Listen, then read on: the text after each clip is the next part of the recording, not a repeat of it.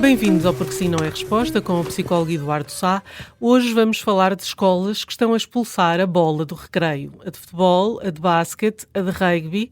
Isto começou em Espanha com o argumento que não é o do vidro partido, é de que a bola seria tóxica porque apenas é dos rapazes e empurra as raparigas para as margens. Olá, Eduardo. Vamos começar pelo essencial. O que é que uma criança aprende com uma bola no recreio que não aprende de mais maneira nenhuma? Olá, Judite. Aprende a brincar com o corpo, aprende a competir, aprende a desafiar, aprende uma questão que eu acho lindíssima, é que muitas vezes os alunos que têm boas notas a matemática ou a português têm que comer muita relva para jogar à baliza e, portanto, ajuda a que se seja humilde. Não é verdade essa questão das crianças e dos rapazes, porque a verdade é que se nós formos ver neste momento, termos meninas a jogar à bola é muito mais frequente do que termos rapazes a brincar com bonecas e, portanto, vamos lá deixar o discurso demagógico e perceber que as crianças no recreio podem brincar, podem correr, podem transpirar, isso tudo. E esta ideia de que no fundo fazem uma grande algazarra e que depois vão um bocadinho transpirados para dentro da aula e que no fundo podem estar menos atentos é exatamente ao contrário. E portanto eu acho que as escolas portuguesas, privadas e públicas, deviam ter vergonha e perceber que a bola é uma forma das crianças brincarem. Elas já estão demasiado tempo quietas e caladas e se as queremos atentas, por favor, acabemos a dar-lhes o corpo para elas brincarem com o corpo. Quanto melhor é a motricidade, melhor a atenção, melhor a verbalização e, portanto, o que é que nós estamos a fazer com argumentos que não têm nem pés nem cabeças? O recreio sem os adultos a tentar organizar o tal caos onde se formam as equipas, se discute quem joga e quem fica de fora. Sim. Isso é um caos que tem valor próprio. Bom, aprende-se muito mais no recreio muitas vezes que dentro das salas de aula, não é?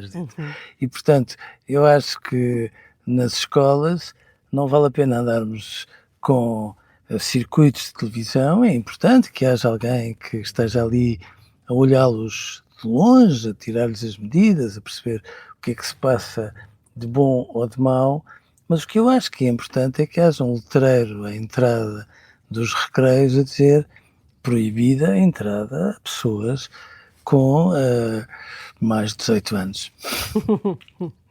Há algum problema por baixo algum problema real por baixo deste exagero? Ou seja, a ideia de que no recreio mandam sempre os mesmos, quem não joga fica de facto encostado à margem. Isso magoa uma criança?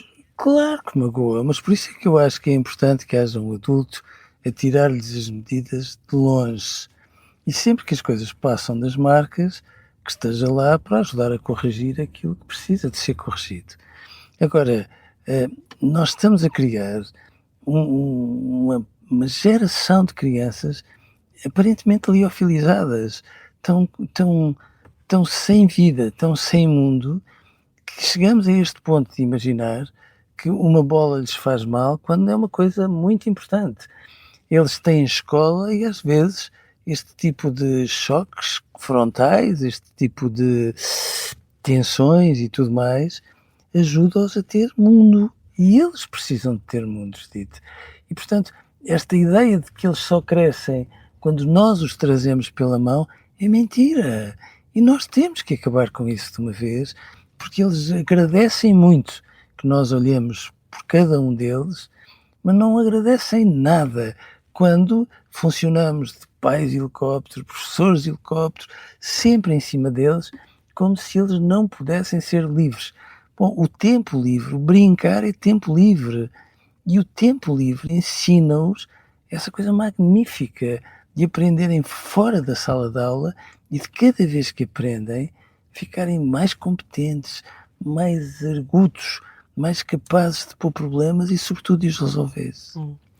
Esta ideia de criar espaços de jogos mistos, desenhados de forma a que nenhuma criança se sinta de fora, isto vai retirar autonomia às crianças?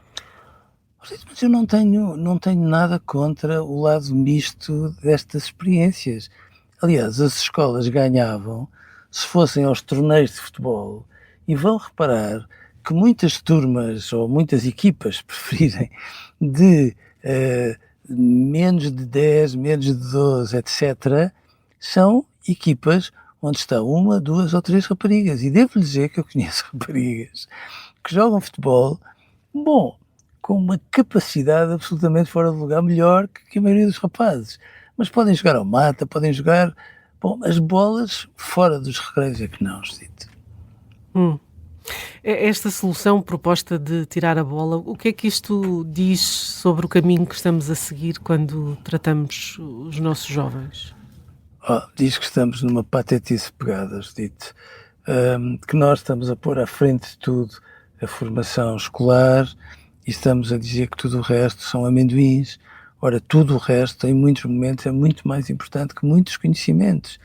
Agora, as duas coisas juntas dão-nos uma capacidade absolutamente fora de lugar.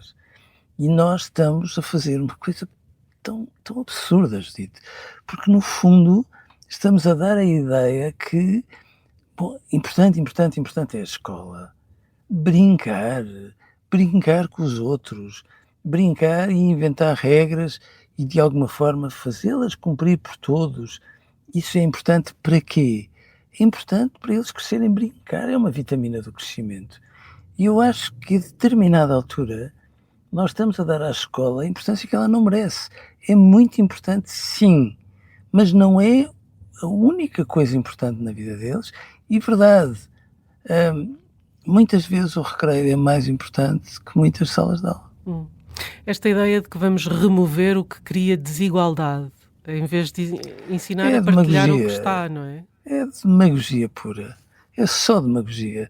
Eu acho que o mundo vive das redes sociais para dentro de cada uma das pessoas. Isso é só demagógico.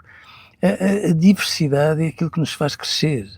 A diversidade é aquilo que faz com que nós possamos perceber que pessoas muito diferentes de nós são muito mais competentes em muitos outros aspectos. A diversidade é aquilo que nos desafia a crescer para sermos pelo menos iguais ou às vezes melhores que os outros.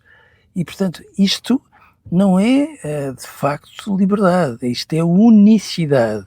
É nós estarmos a fazer uma espécie de ideia de que as crianças devem ser crianças de aviário, todas iguais para serem iguais, e quando nós estamos a ir por aí, estamos a estragar todo o trabalho magnífico que os pais e as escolas fazem com uma ideia de igualdade que é absolutamente mentirosa. Fica aqui o apelo para não tirar as bolas do recreio. Sim, salvem as bolas. Salvem as bolas do recreio. Eduardo, um grande abraço, obrigada e até amanhã. Outro para si, Judite, e até amanhã.